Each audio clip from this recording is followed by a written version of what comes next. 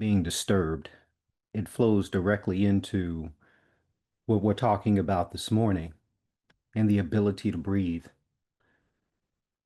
Right now, a lot of us are experiencing some kind of turmoil, not everyone, but this is a period of turmoil, particularly those of us who live in the DC area. Politically, financially, there's social unrest. I know that myself and many people that I speak with, they're going about their lives with a portion of their thoughts occupied with one current issue or another. How it affects us, how it affects them individually,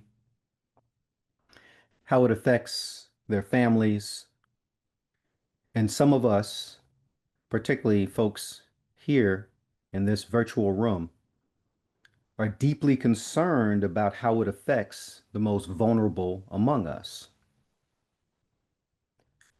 It's in these times that it's so important that we don't forget to breathe. It's important that you remember, or rather, that remember that you and your creator are one. Now, in studying for this morning, I came across something that I remember talking with Reverend Trish about early in practitioner studies. And it's kind of a rough one. It's something that I always knew underneath, but it was really brought to light for me. And it happens to do with this statement. Nothing happens but nothing happens but by the permission of God.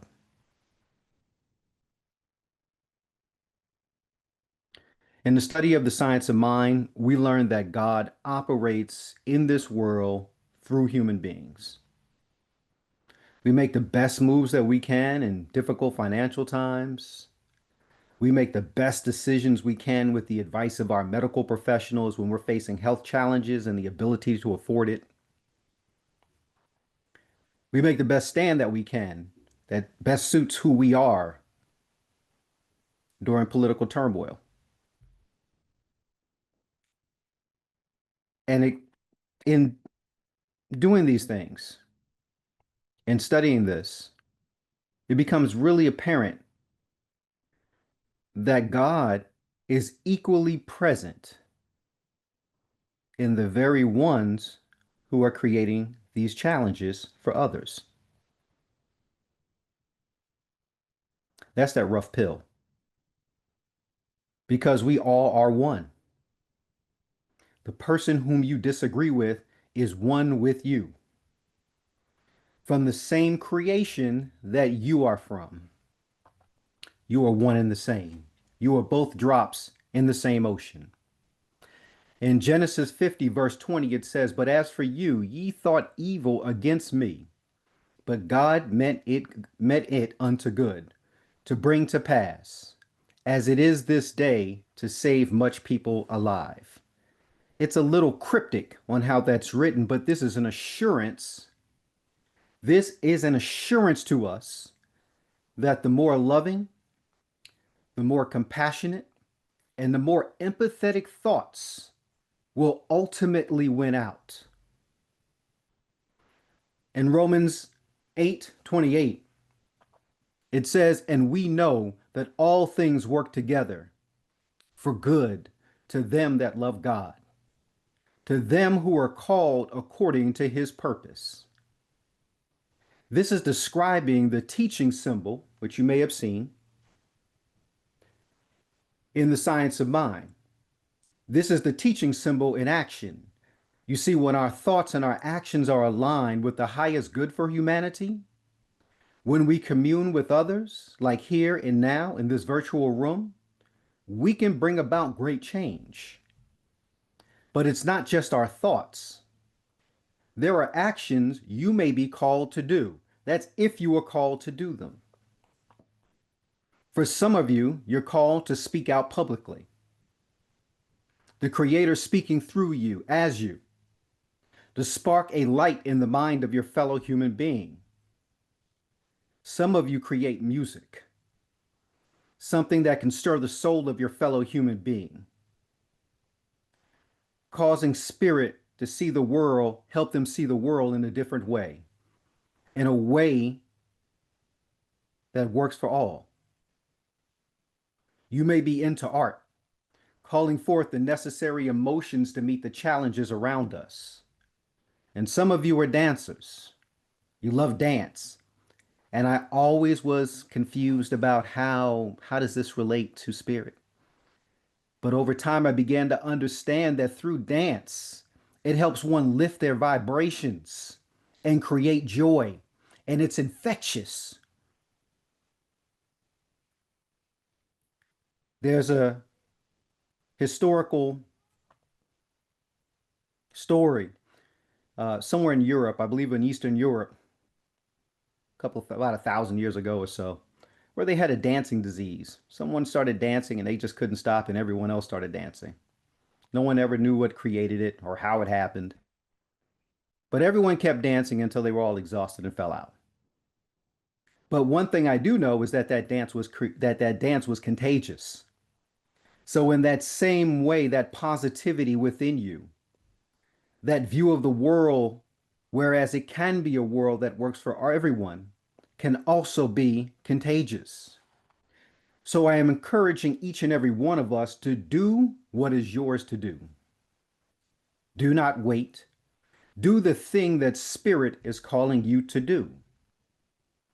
Now, if you don't feel a call, I want you to go into the silence and I want you to ask, what is mine to do?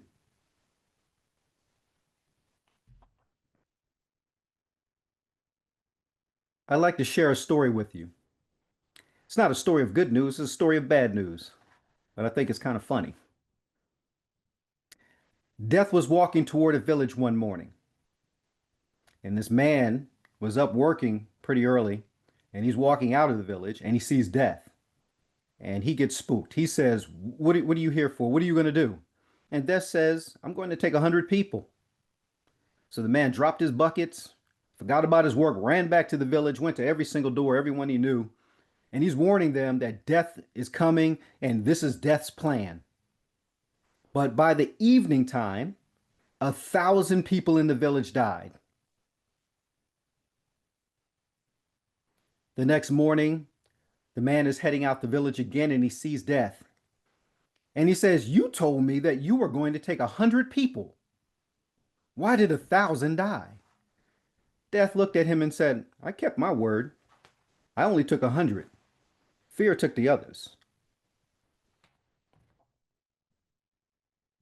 Fear and anxiety, they're rooted in our temporary disbelief, our temporary lack of faith. Just like the man who went throughout the village sharing the bad news, we may unconsciously broadcast our negative thoughts to the world. Like the villagers, fear kills our confidence, it kills our motivation, and ultimately our ability to see clearly spiritually. In the book called The Book of Awakening by Mark Nepo, on page 13, he says, there's a story, or rather, he shares a story of a young divinity student who was stricken with polio. Now, polio is a really old disease and it's been eradicated. But for those who are not familiar with it, it affects your nervous system. And for many, it did not allow them to walk or to walk properly. But from somewhere deep within him came a voice, came a call. And that call was to, of all things, to dance. So, with great difficulty, as you can imagine, he quit divinity school and he began to dance. Slowly and miraculously, he not only regained the use of his legs, but he went on to become one of the fathers of modern dance. And this is the story of Ted Shawn. And it's compelling for us, if you think about it, to really realize that the study of God did not heal him. Embodying God did. The fact of Ted Sean's miracle shows us that dance in all of its forms is theology lived. This leads us to the inescapable act of living out what is kept inside of us, of daring to breathe in muscle and bone what we know and feel and believe. You see, he had to leave divinity school. He had to leave what he thought or what he planned to do where spirit was leading him, where God was calling him. This is showing us that before elevation comes separation. You have to leave before you arrive in order to reconnect with your purpose. Reverend Miles Monroe said, God does not anoint comfort zones. God anoints callings. So in these difficult times, it is required of us to be firm in our faith and to fortify ourselves spiritually. In the Science of Mind on page 107, it says, the science of mind and spirit makes a tremendous claim when it states that the individual should be free from bondage of sickness, poverty, and unhappiness. The world is beginning to realize that it has learned all that it should through pain and suffering. You see, the reason man has difficulty in throwing off some weakness of character while believing in spirit implicitly and having faith is because he has not induced the necessary images in his mind. These are quotes from Ernest Holmes. And to that, after reading that, it reminded me of something. It reminded me of something in scripture where it says, be anxious for nothing. Our faith can ultimately be strengthened by number one, taking the time to breathe.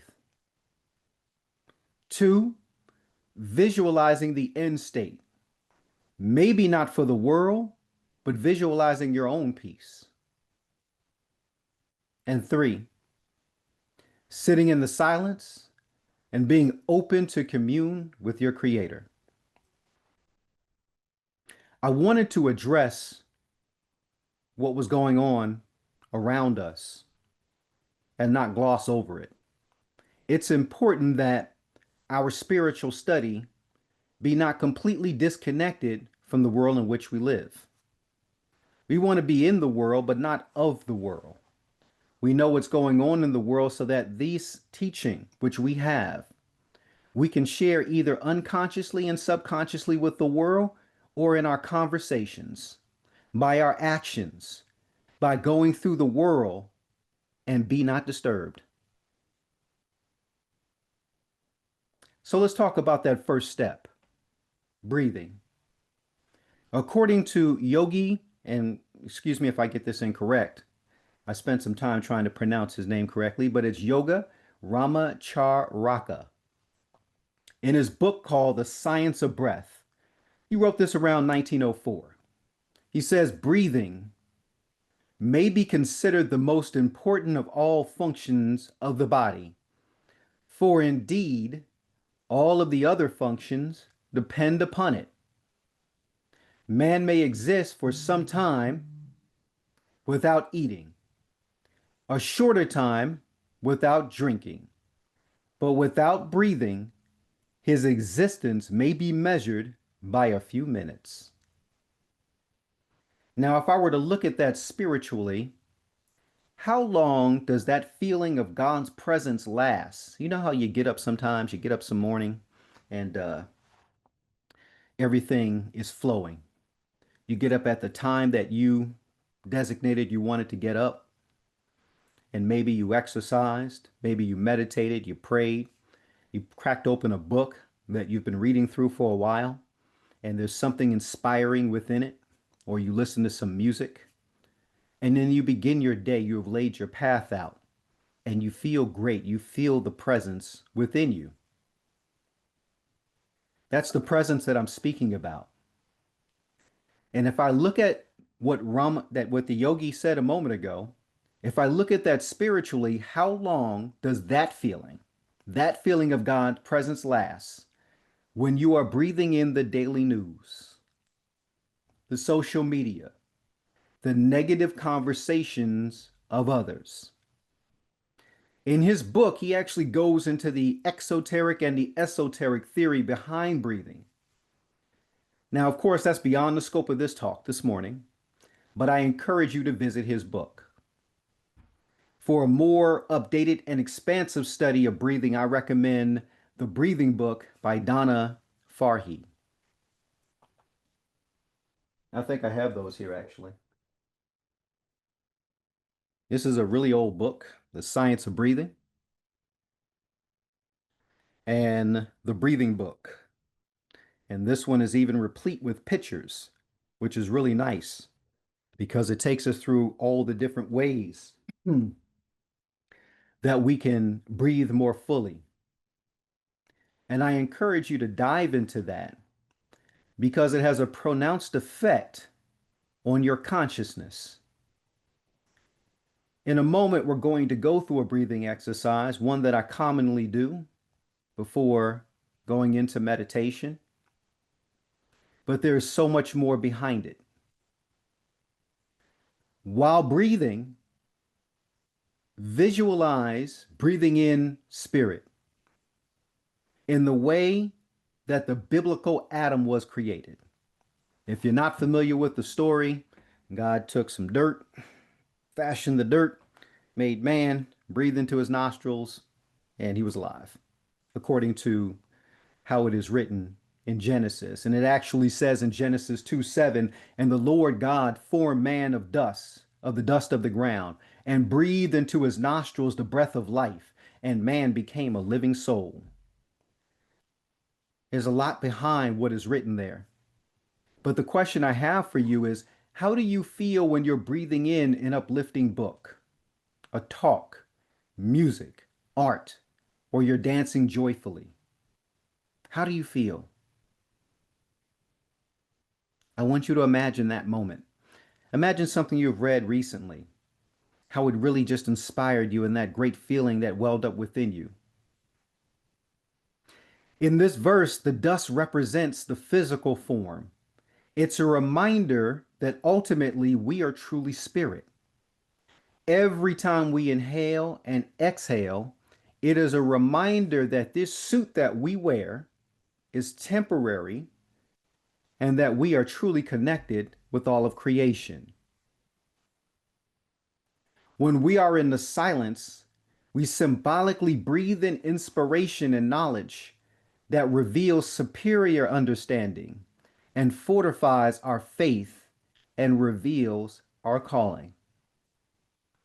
So I want you to take a moment and I want you to breathe with me, either sitting down or standing. I want you to breathe in slowly for a 4 count. You'll then hold for 2. Exhale slowly, expelling all the air from your lungs. Keeping in mind that there's different ways of even going through these 4 steps. And after the service, we can talk a little bit more about that.